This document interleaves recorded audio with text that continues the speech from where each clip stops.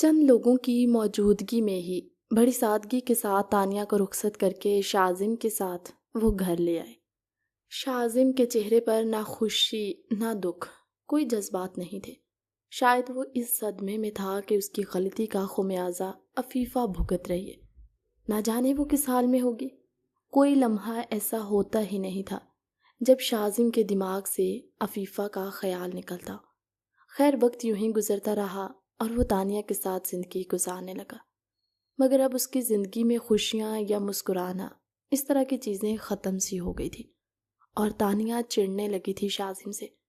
شاذم جب بھی گھر آتا، سب سے پہلے تانیہ بس اسے لڑنا شروع کر دیتی۔ شاذم، محبت تم مجھ سے کرتے تھے اور روگ تم عفیفہ کا لگا کے بیٹھ کے۔ گھر سے وہ گئی ہے، اس میں میرا کیا قصور ہے؟ تم میرے ساتھ سیدھے منہ بات نہیں کرتے۔ 6 ماہ ہو گئے مجھے تمہارے ساتھ ادھر رہتے ہوئے، نہ تمہارے گھر والوں نے مجھے دل سے قبول کیا، نہ تم نے۔ تم پہلے جیسے نہیں رہے شاذم۔ اور شاذم سچ میں بہت روڈ سا ہو گیا تھا۔ ڈیوٹی سے گھر اور گھر سے ڈیوٹی، نہ وہ کسی سے ہنس کے بات کرتا، نہ تانیہ کے ساتھ پہلے جیسا رہ گیا تھا۔ یہ سچ تھا کہ عفیفہ کی غیر موجودگی شاذم کو اندر ہی اندر توڑ کے رکھ رہی تھی۔ کہنے لگا، تانیہ، ہاں تم سچ کہہ رہی ہو، میں پہلے جیسا نہیں رہا۔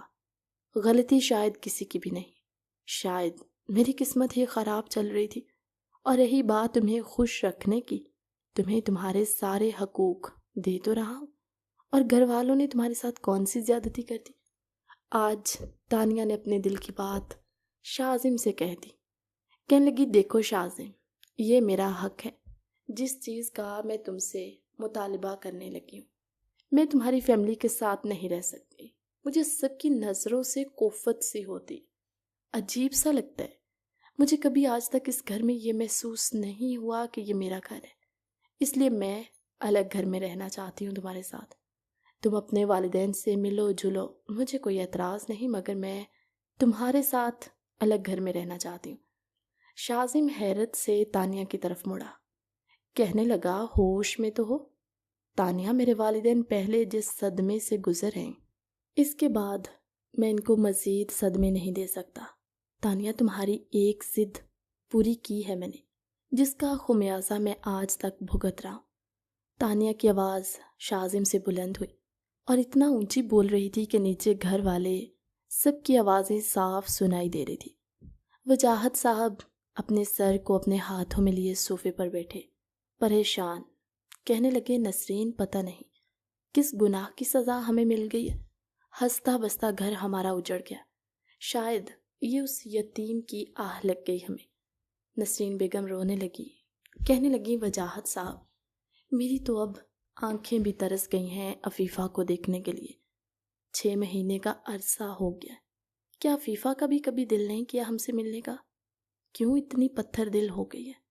کبھی کبھی تو میرا صبر جواب دے جاتا ہے، دل کرتا ہے دھاڑے مار مار کروں۔ اب تانیہ کو کیا مسئلہ ہے؟ جو وہ چاہتی تھی اسے مل گیا، اب وہ شاذم کو کیوں نہیں خوش رکھ پا رہی؟ وجاہت صاحب کہنے لگے، شاید ہم نے یہ فیصلہ جذبات میں غلط لے لیا۔ تانیہ اب شاذم کے ساتھ خوش نہیں ہے تو کیا حل نکالا جائے اس کا؟ ادھر شاذم نے تانیہ کو پکڑ کے جھنجھوڑا، کہنے لگا، اپنی آواز مدھم رکھو تانیہ، اس گھر میں اور بھی لوگ رہتے ہیں جو آلریڈی بہت سٹریس میں ہیں۔ میں نہیں چاہتا ہم دونوں کے بیچ کی لڑائیاں باہر کمرے سے نکلے۔ اور کہاں گئی تمہاری محبت؟ کہاں گئے تمہارے دعوے کہ تم میرے بغیر مر جاؤ گی؟ محبت میں دوسرے کی خوشی کا خیال کیا جاتا ہے۔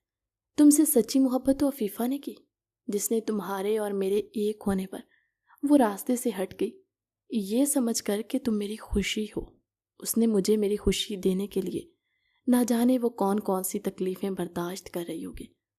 تانیہ تالی بجاتے ہوئے کہا لگا کر ہنسی، کہنے لگی، یہ کہو نا شاذم کہ تم دن رات اس کی یادوں میں جھلستے ہو اور یاد کرتے ہو اسے، روتے ہو، تڑپتے ہو، اس عفیفہ کے لیے جو زبردستی تمہارے گلے ڈال دی گئی تھی۔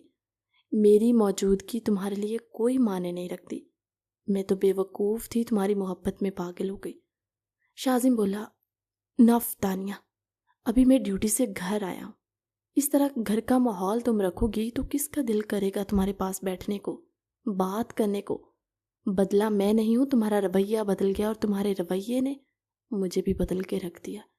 ٹوٹ چکا ہوں میں، مجھ میں مزید ہمت نہیں ہے۔ خدا کے لیے سنبھالو اپنا گھر، اپنا گھر بچاؤ تانیہ۔ شازم کے چہرے کے قریب ہو کر بولی، کیوں؟ گھر بچانے کی صرف مجھے ہی ضرورت ہے، تمہیں نہیں؟ اور سنو، یہ میری شرط ہے کہ تم الگ گھر لوگے اور میں تمہارے ساتھ وہاں پر رہوں گی۔ مجھ سے یہ سب کس طرح کے چہرے نہیں دیکھے جاتے۔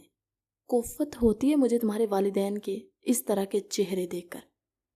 ابھی تک عفیفہ کے صدمے سے ہی نہیں نکل رہے۔ تانیہ کے منہ سے اس طرح کی باتیں اپنے والدین، اپنے گھر والوں کے لیے سن کر شازم بولا، تم میں ذرا انسانیت نام کی کوئی چیز نہیں ہے؟ تمہیں اندازہ بھی ہے تم کس لہجے میں بات کر رہی ہو؟ میرے ان والدین کی وجہ سے جن سے تمہیں کوفت ہوتی ہے، انہی کی وجہ سے تم میری زندگی میں ہو، اور انہوں نے اپنا بڑا دل کرتے ہوئے یہ فیصلہ لیا کہ تمہیں رخصت کر کے اس گھر میں لے کر آئیں گے۔ مگر تم اتنی احسان فراموش نکلو گی یہ میں نہیں سوچا تھا، اور یہ جو تمہاری شرط ہے نا الگ گھر کی، یہ میں کبھی پوری نہیں کر سکتا۔ اور اگر تمہیں اس گھر میں کسی چیز کا کوئی دکھ ہو، کوئی کمی ہو، تو میں سمجھوں کہ تمہارے ساتھ زیادتی ہو رہی ہے اور میں اس کو دور کروں۔ جب ایسا کچھ نہیں ہے تو پھر یہ تمہاری ڈیمانڈ بھی سراسر ناجائز ہے۔ تانیہ اپنے پاؤں پٹکتے ہوئے الماری کے اوپر سے اپنا بیگ نکال کر اس میں اپنے کپڑے زور زور سے پٹکتے ہوئے ڈالنے لگی۔ شازم، جس نے ابھی ڈیوٹی سے آ کر یونیفارم بھی نہیں بدلا تھا، کہنے لگا، اب یہ سب کیا ہونے لگا؟ بولی، میں اپنی امی کے گھر جا رہی ہوں، یہ مت سمجھنا کہ میں نے یہ شرط ویسے ہی رکھ دی ہے۔ میں تنگ آ گئی ہوں اس گھر میں رہ کے۔ جب تک تم مجھے الگ گھر نہیں لے کر دیتے میں تمہارے پاس واپس نہیں آؤں گی، اور یہ میرا آخری فیصلہ ہے۔ شازم بھی ضد کا پکا، کہنے لگا، سوچ سمجھ کر اس گھر سے قدم باہر نکالنا۔ میں تمہارے پیچھے اس گھر میں آؤں گا یا تمہاری شرط پوری کروں گا، یہ تمہاری بھول ہے، اس لیے تم جانا چاہتی ہو تو شوق سے جاؤ۔ تانیہ کا غصہ بھی اس وقت ساتویں آسمان پر تھا۔ وہ اپنی ضد میں اس قدر آگے بڑھی کہ اس نے بیگ پیک کیا اور بنا کسی کو گھر میں سلام دعا کیے گھر سے نکلنے لگی۔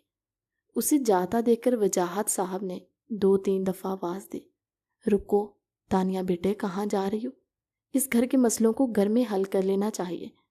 وہ مین دروازے سے پیچھے مڑی اور کہنے لگی، اس سب کی وجہ نا آپ لوگ ہی ہیں، ہم دونوں کے بیچ لڑائیاں ڈلوانے والے آپ ہی ہیں۔ جب سے اس گھر میں آئی ہوں سب کے چہروں پر ایسے سوگ رہتا ہے جیسے پتہ نہیں کیا ہو گیا۔ عفیفہ کو اس گھر سے جانے کے لیے میں نے نہیں کہا تھا، نہ جانے کہاں خود وہ مر کھپ گئی ہے اور میری زندگی کو یہاں پر جہنم بنا گئی ہے۔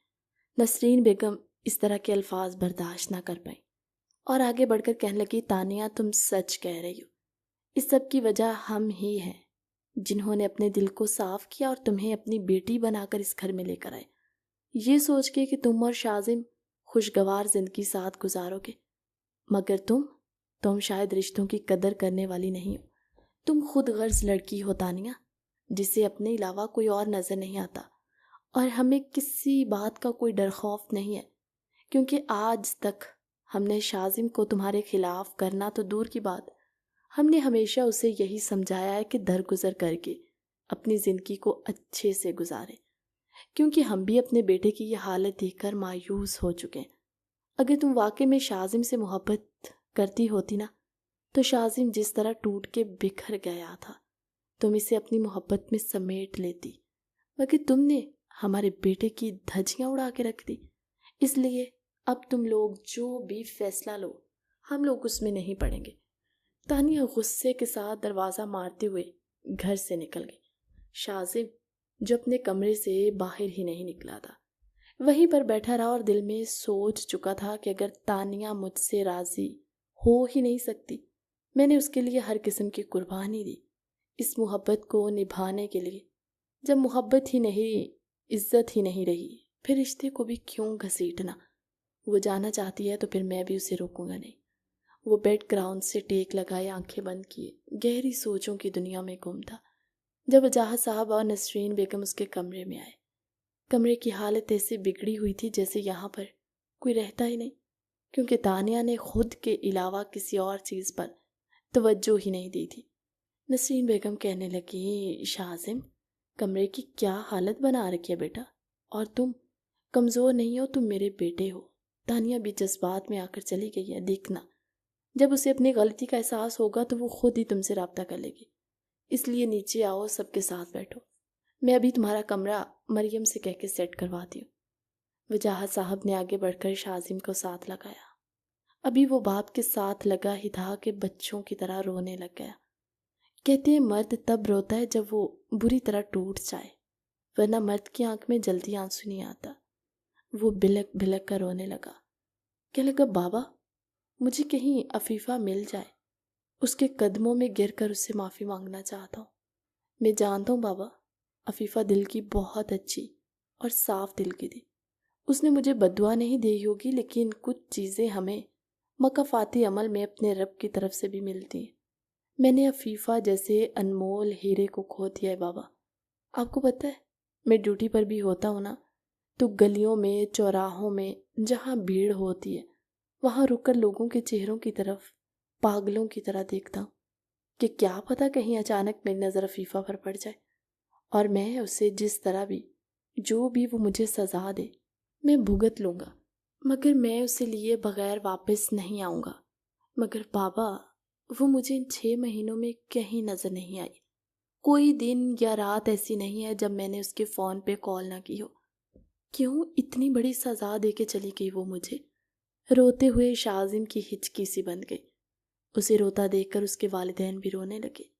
نسرین بیگم وہیں بیڈ پر بیٹھ گئی اور کہنے لگی، بس اب تو اللہ سے ہی امید ہے کہ اللہ ہماری بیٹی کو ہم سے ملا دے، شاید ابھی ان کے امتحان ختم نہیں ہونے والے تھے۔ ادھر عفیفہ جو پریگننسی کی حالت میں وہاں پر بچوں کو ٹیوشن وغیرہ بھی پڑھاتی تھی، اور اپنے حصے کے جو بھی کام تھے وہاں پہ شیلٹر ہوم میں سارے بخوبی سر انجام دے رہی تھی۔ آج وہ رات کو کمرے میں اپنے بیڈ پر بیٹھی سونے کے لیے لیٹنے لگی، مگر اسے عجیب سی بے چینی ہو رہی تھی۔ اس نے اپنے بیگ سے اپنی اور شاہزم کی تصویر نکالی، تصویر کو دیکھتی رہی کافی دیر، اور شاہزم کے چہرے پر چوم کر کہنے لگی، شاہزم، میں سچ میں آپ سے بہت محبت کرتی ہوں۔ کبھی کبھی دل چاہتا ہے کہ اپنی ان دوریوں کا ختم کر کے بھاگ کر آپ کے پاس آ کر آپ کے سینے میں منہ چھپا کے اتنا رو کہ میرے سارے دکھ دور ہو جائیں، مگر پھر سوچتی ہوں میرے واپس آنے سے پھر آپ دو راہے میں بڑھ جائیں گے، کبھی آپ مجھے خوش کریں گے، کبھی تانیہ کو، اس لیے اب اللہ نے مجھے آپ کی نشانی سے نواز دیا۔ میرے پاس شاہزم آپ کی نشانی ہے۔ وہ اپنے پیٹ پر ہاتھ رکھ کے اپنے بچے کو محسوس کر رہی تھی اور کہنے لگی، یہ اتنا خوبصورت احساس ہے نا میرے لیے۔ میں جب بھی آپ سے اداس ہوتی ہوں تو خود کلامی کرتے ہوئے مجھے ایسا محسوس ہوتا ہے کہ آپ میرے پاس ہیں، اور جب یہ بچہ میری گود میں آئے گا نا، اس کے چہرے میں مجھے آپ ہی نظر آئیں گے۔ عفیفہ اس طرح باتیں کرتے ہوئے رو رہی تھی جب اس کے کمرے میں زرینہ آئی، جو عفیفہ کے ساتھ اس کے کمرے میں رہتی تھی۔ زرینہ بیوہ لڑکی تھی۔ عفیفہ کے پاس آئی اور کہنے لگی، عفیفہ، تمہیں پتہ ہے نا، تمہیں اس حالت میں سٹریس نہیں لینا، اس لیے ہر برے خیال کو اپنے دماغ سے جھٹک کر اپنی اس آنے والی خوشی کو یاد کر کے خوش رہا کرو۔ عفیفہ کہنے لگی، زرینہ آپی، آپ ہر مشکل وقت میں مجھے سہارا دیتی، مجھے بہن کی، دوست کی کمی محسوس نہیں ہونے دی۔ پتہ ہے مریم کے ساتھ میری بہت دوستی تھی، ہم لوگ ہر بات ایک دوسرے سے شیئر کرتے، اور یہاں پر مریم کی شکل میں مجھے آپ مل گئی۔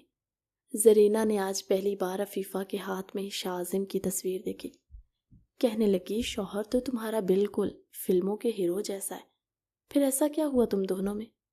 عفیفہ بولی، ہیرو لگتے نہیں ہیں، وہ اصل میں ہیرو ہیں، بس کہتے ہیں نا کبھی کبھی قسمت خراب چلتی ہے اور کچھ ایسا ہو جاتا ہے، مگر شاہزم بہت اچھے انسان ہیں۔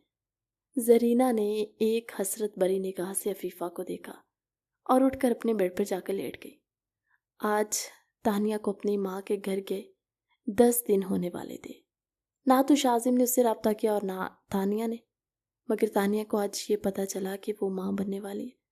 شادی کے 6 مہینے بعد اسے یہ خوشخبری ملی تو وہ شاذم کو کال کر کے کہنے لگی شاذم نے بنا کوئی تاثر دیے کہا ہاں۔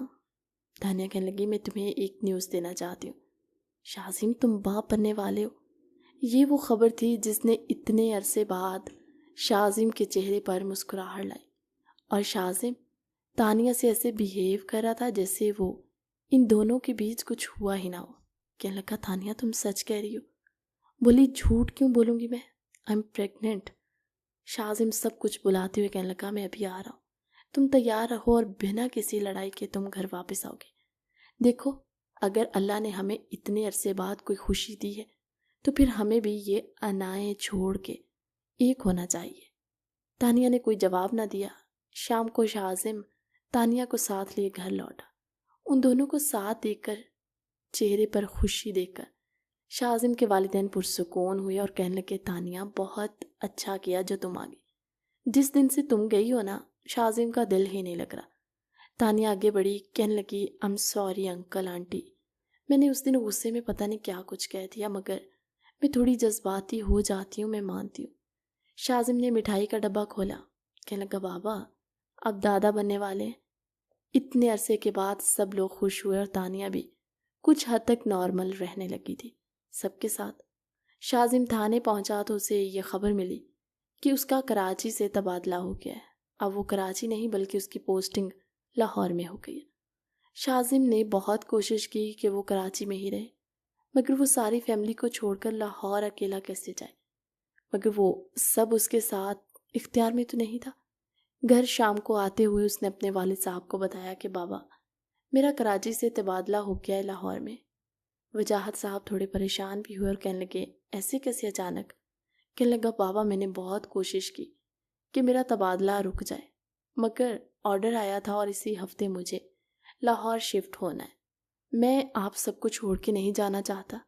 ایک کام کرتے ہیں، ہم ساری فیملی ہی لاہور چلے جاتے ہیں، کیونکہ لاہور سے کراچی آنا جانا پھر میرے لیے بہت مشکل ہو جائے گا۔ وجاہت صاحب کہنے لگے تم ایک کام کرو، تانیہ کو ساتھ لے جاؤ، ہم لوگوں سے کبھی کبھار ملنے آتے رہنا۔ بولا نہیں بابا آپ بھی تو گھر میں ہی ہوتے ہیں نا، یہاں کون سا کسی کو کوئی ضروری کام ہے، اس لیے آپ سب لوگ بھی میرے ساتھ چل رہے۔ اپنی پیکنگ کر لیں، وہاں ہم رہنے کے لیے فلیٹ دیکھیں گے جہاں ساری فیملی ایک ساتھ رہیں گے۔ شاذم اور اس کی ساری فیملی لاہور شفٹ ہوئی اور زندگی یوں ہی معمول کے مطابق چلتی رہی۔ 3 مہینے ان کو لاہور آئے ہوئے ہو گئے تھے۔ آج عفیفہ ہاسپٹل میں چیک اپ کروانے گئی تھی کیونکہ اس کی ڈلیوری کے دن بالکل نزدیک تھے۔ آج یا کل میں اس کی ڈلیوری ہونے والی تھی۔ عفیفہ کے ساتھ زرینہ بھی تھی۔ عفیفہ جیسے ہی چیک اپ کروا کر باہر نکلنے لگی تو اس کی نظر سامنے شاذم اور تانیہ پر پڑی۔ ان دونوں کو ایک ساتھ دیکھ کر عفیفہ کی آنکھیں نم ہو گئی۔ وہ ضبط سے اپنا چہرہ چھپانے لگی۔ شاذم اور تانیہ ڈاکٹر سے اپائنٹمنٹ لے رہے تھے چیک اپ کی۔ عفیفہ کے تو جیسے قدموں تلے سے زمین نکل گئی۔ وہ کہنے لگی ایسا کیسے ہو سکتا ہے، شاذم یہاں لاہور؟ عفیفہ نے جلدی سے اپنا منہ چھپایا اور زرینہ کے ساتھ شاذم کے بالکل عین آگے سے گزری۔ جیسے ہی عفیفہ شاذم کے قریب سے گزری، شاذم کے دل کو عجیب سا محسوس ہوا اور اس نے عفیفہ کی طرف دیکھا، مگر اس نے پوری طرح سے خود کو چھپایا ہوا تھا۔ وہ پہچان نہیں پایا۔ عفیفہ تیز تیز قدموں سے چلتی ہوئی ہاسپٹل سے باہر نکلنے لگی۔ جب زرینہ نے پیچھے سے آواز دی عفیفہ کیا ہو گیا یار، اتنی جلدی کیوں جا رہی ہو؟ عفیفہ کا نام سنتے شاذم کو اپنے کانوں پر یقین آیا، مگر وہ کہنے لگا یہ میرا وہم بھی تو ہو سکتا ہے۔ پھر شاذم سے رہا نہ گیا، وہ اٹھ کر ہاسپٹل کے باہر تک آیا۔ جب وہ دونوں رکشے میں بیٹھ کر چلی گئی، شاذم کا پورا دھیان ان 2 لڑکیوں کی طرف تھا۔ تانیہ نے آواز دی شاذم کہاں رہ گئے ہو؟ شاذم خود کو کہنے لگا یہ میری غلط فہمی ہو سکتی ہے، عفیفہ یہاں کیسے؟ وہ واپس پلٹا، تانیہ کا چیک اپ کروایا اور واپس گھر آ گیا۔ سارے راستے بھی اس کے ذہن میں یہی خیال رہا کہ مجھے ایسا کیوں لگا کہ وہ عفیفہ ہی تھی، کیوں میں نے اس لڑکی کا پیچھا نہیں کیا؟ کیا پتہ وہ عفیفہ ہی ہوتی اور میری تلاش آج ختم ہو جاتی۔ وہ بے چینی کی حالت میں تانیہ کو گھر ڈراپ کر کے کہنے لگا تانیہ میں ابھی آتا ہوں۔ کہنے لگی شاذم کیا کوئی بات ہے؟ جب تم میرے ساتھ ہاسپٹل گئے تھے تب تو موڈ ٹھیک تھا، اچانک ایسا کیا ہوا کہ بالکل خاموش ہو گئے؟ مگر شاہزم کے دماغ میں اس وقت ایک الگ جنگ چل رہی تھی۔ اس نے سوچا کہ بے شک اس کی یہ غلط فہمی ہی صحیح، لیکن وہ پتہ ضرور کرے گا۔ شاہزم اسی ہاسپٹل میں واپس گیا، وہاں سے پوچھنے لگا کہ ابھی آج کے دن میں یہاں پر کون کون سی پیشنٹس آئی ہیں، کیا آپ ان کے نام مجھے بتا سکتی ہیں؟ ریسیپشن پہ بیٹھی ہوئی لڑکی نے کہا، سر ہمیں یہ الاؤ نہیں ہے کہ ہم اتنی ڈیٹیلز دیں۔ شاہزم نے اپنا کارڈ آگے کر کے دکھایا، وہ ایس پی تھا۔ شاہزم کا نام دیکھتے اس لڑکی نے کہا، اوکے سر، میں آپ کو ساری انفارمیشن دیتی ہوں۔ شاہزم خود کمپیوٹر کی اسکرین پر دیکھنے لگا کہ جب ایک پیشنٹ عفیفہ بھی سامنے آئی، شاہزم اپنے ہاتھوں کو زور سے ٹیبل پر مارتے ہوئے کہنے لگا، تو اس کا مطلب وہ عفیفہ ہی تھی، اور عفیفہ کی حالت وہ دیکھ چکا تھا کہ وہ پریگننٹ تھی۔ شاہزم بوکھلا کے رہ گیا، کہنے لگا، یہ پیشنٹ کیا یہ یہاں روٹین سے آتی ہے؟ اس نے کہا، جی سر، ان کی پریگننسی کے سارے ٹیسٹ چیک اپ یہیں پر ہو رہے ہماری ڈاکٹر کے پاس۔ شاہزم کہنے لگا، کیا ان کا کوئی ایڈریس، کوئی کانٹیکٹ نمبر ہے آپ کے پاس؟ بولی، نو سر، اس طرح کی تو کوئی چیز نہیں ہے، بس ان کا نام مینشن ہوتا ہے یہاں۔ شاہزم وہاں سے اٹھا ڈاکٹر کے پاس گیا، عفیفہ کا نام اور سب کچھ بتاتے ہوئے کہنے لگا، آج جس لڑکی کا آپ نے چیک اپ کیا، عفیفہ نامی، کیا مجھے اس کے بارے میں کچھ ڈیٹیلز پتہ چل سکتی ہیں؟ ڈاکٹر کہنے لگی، دیکھیں سر، ہم اس طرح اپنے کسی بھی پیشنٹ کی پرائیویسی کو لیک نہیں کر سکتے، یہ ہمارے رولز ہیں۔ شاہزم کہنے لگا، میں اس لڑکی کا ہسبینڈ ہوں، اس لیے پلیز۔ شاہزم نے اپنا انٹروڈکشن بھی کروایا تو ڈاکٹر کچھ بے چینی سی محسوس کرتی ہوئی کہنے لگی، دیکھیں سر، میں سچ میں ان کا کانٹیکٹ نمبر یا ایڈریس آپ کو نہیں دے سکتی، ہاں مگر اتنی ہیلپ آپ کی ضرور کر سکتی کہ ان پیشنٹ کی ڈیلیوری ہے 1-2 دن میں بھی آج یا کل وہ دوبارہ ہاسپٹل ہے۔ شاہزم نے جلدی سے اپنا کانٹیکٹ نمبر ڈاکٹر کو دیا اور کہا، جیسے ہی وہ ہاسپٹل میں آئے گی آپ نے فوراً سے مجھے انفارم کرنا ہے۔ ڈاکٹر کہنے لگی، دیکھیں سر، ہمارا ہاسپٹل ہے اور لوگوں کا ہم پہ ٹرسٹ ہے، کہیں آپ کچھ اس کے ساتھ غلط۔ شاہزم کہنے لگا، آپ ایسے سوچ بھی کیسے سکتی ہیں؟ میں ایس پی شاہزم، وہ بیوی ہے میری، اور ہمارے بیچ جو کچھ بھی ہوا میں ابھی فی الحال آپ کو کچھ نہیں بتا سکتا، اس لیے پلیز آپ سے جتنا کہا ہے آپ اتنا ہی کیجیے۔ ڈاکٹر نے کہا، اوکے، آپ ویٹ کیجیے، جیسے ہی وہ دوبارہ آئیں گی میں آپ کو انفارم کر دوں گی۔ شاہزم کی بے چینیاں مزید بڑھ گئیں، اس سے انتظار نہیں ہو رہا تھا کہ وہ مزید 2 دن انتظار کرے، نہ تو وہ ڈیوٹی پر توجہ دے رہا تھا، اب اس کے چہرے پر ایک سکون بھی تھا اور ایک تجسس بھی تھا۔ سوچنے لگا، یعنی کہ وہ ماں بننے والی تھی اور اس نے اتنا عرصہ اکیلے گزارا، کیسے وہ اکیلے سب کچھ مینیج کرتی رہی اور کہاں رہ رہی ہے؟ شاہزم نے ابھی اپنے گھر میں کسی کو بھی اس بات کی خبر نہیں لگنے دی۔ وہ چاہتا تھا پہلے وہ کنفرم کرے، وہ عفیفہ کو ڈھونڈے اور پھر سب کو بہت بڑا سرپرائز دے گا۔ اب اسے بے صبری سے ڈاکٹر کو کال کا انتظار تھا۔ ادھر عفیفہ نے یہ سوچا کہ وہ اب اس ہاسپٹل میں دوبارہ نہیں جائے گی، کیونکہ وہ شاہزم کو دیکھ چکی تھی اور اس سے لگا کہ یہ نہ ہو کہ میں دوبارہ اس ہاسپٹل میں جاؤں تو شاہزم سے آمنا سامنا ہو جائے۔ 2 دن بھی گزر گئے، شاہزم دوبارہ سے اسی ہاسپٹل میں گیا اور ڈاکٹر سے کہنے لگا، تھک گیا ہوں میں انتظار کر کر کے، آپ کی طرف سے کوئی کال نہیں آئی، کہیں ایسا تو نہیں کہ آپ مجھے انتظار کرنے کا کہہ کے آپ نے مجھے بتایا ہی نہیں؟ ڈاکٹر کہنے لگی، میں خود پریشان ہوں، وہ دوبارہ ہاسپٹل میں آئے ہی نہیں، ایسا کیسے ہو سکتا ہے؟ انہوں نے مسلسل چیک اپ مجھ سے کروایا اور اب تو ان کی ڈیلیوری تھی 1-2 دن میں، ان کا بیبی اس دنیا میں آنے والا ہے، تو مجھے خود تجسس ہو رہا ہے کہ وہ کیوں نہیں آئی۔ شاہزم کہنے لگا، آپ کے پاس اس کا کوئی کانٹیکٹ نمبر ہے؟ کہنے لگی، کانٹیکٹ تو اس نے کئی بار مجھ سے کیا، لیکن یہ ہے کہ میں اتنے سارے پیشنٹس کے نمبر موبائل میں سیو نہیں کر سکتی، اب مجھے نہیں پتا کہ اس کا نمبر کون سا ہوگا۔ شاہزم کی بے بسی کی انتہا ہو چکی تھی، پہلے تو صرف عفیفہ کا تھا اور اب اس کے ساتھ اپنے بچے کی بھی فکر ہونے لگی۔ وہ بے حد پریشان تھا۔ شاہزم نے اپنے پولیس کے عہدے کو استعمال کرتے ہوئے اسی علاقے کے نزدیک جتنے بھی ہاسپٹل تھے، جتنی بھی گائناکالوجسٹ تھی، سب کو یہ پیغام پہنچا دیا کہ عفیفہ کا نام اور اس کی تصویر دیتے ہوئے کہا، جیسے ہی یہ لڑکی اس ہاسپٹل میں آئے مجھ سے کانٹیکٹ کیا جائے۔ جتنا عفیفہ چھپنا چاہ رہی تھی شاذم سے، شاذم بھی اسے ڈھونڈنے کی ہر حد پار کر رہا تھا۔ وہ پولیس والا تھا، ایسے تو نہیں ہاتھ پہ ہاتھ دھرے بیٹھ سکتا تھا۔ خیر وہ شام کو گھر لوٹا۔ اس کے چہرے پر بے چینی اور اداسی دیکھ کر وجاہت صاحب کہنے لگے، کیا بات ہے شاذم؟ بولا، نہیں بابا، نئی جگہ شفٹ ہوئے ہیں، سب کچھ سیٹل ہونے میں تھوڑا وقت لگے گا، کام کا بھی کافی برڈن ہے۔ وہ بھی کسی کو بھی اس تجسس میں نہیں ڈالنا چاہتا تھا۔ رات کے 2 بج رہے تھے جب شاذم کے فون پر بیل بجی۔ شاذم سو رہا تھا۔ تانیہ کے کانوں میں جیسے اس کے فون کی بیل سنائی دی، اس نے شاذم کو نہیں جگایا اور خود سے کال ریسیو کی۔ آگے سے کسی خاتون کی آواز تھی اور کہنے لگی، سر، آپ نے جس لڑکی کا کہا تھا وہ ابھی ہمارے ہاسپٹل میں ایڈمٹ ہے، تھوڑی ہی دیر میں ان کا آپریشن سٹارٹ ہوگا۔ تانیہ حیرت سے بولی، آپ کون ہیں اور کہاں سے بات کریں گے؟ جب ڈاکٹر نے بتایا کہ ایس پی شاذم کی طرف سے یہ آرڈر تھا کہ یہ پیشنٹ جیسے ہی ہمارے ہاسپٹل میں آئے ہم ان کو انفارم کر دیں، اس لیے ہم نے اپنی ڈیوٹی کو پورا کر دیا۔ آپ کون ہیں؟ پلیز شاذم سر سے بات کروا دیجیے۔ تانیہ کے ذہن میں عفیفہ کا تو دور دور تک خیال نہیں تھا۔ اسے لگا شاید شاذم کا کوئی کیس ہوگا۔ اس نے شاذم کو ہلایا اور کہنے لگی، شاذم، کال ہے کسی ہاسپٹل سے۔ یہ آواز شاذم کے کانوں میں پڑتے وہ یکدم اٹھ کر بیٹھ گیا۔ شاذم ایسے اٹھ کے بیٹھا کہ جیسے وہ کبھی سویا ہی نہ ہو۔ وہ جلدی سے فون پکڑ کر کان کو لگا کر کہنے لگا، ہیلو۔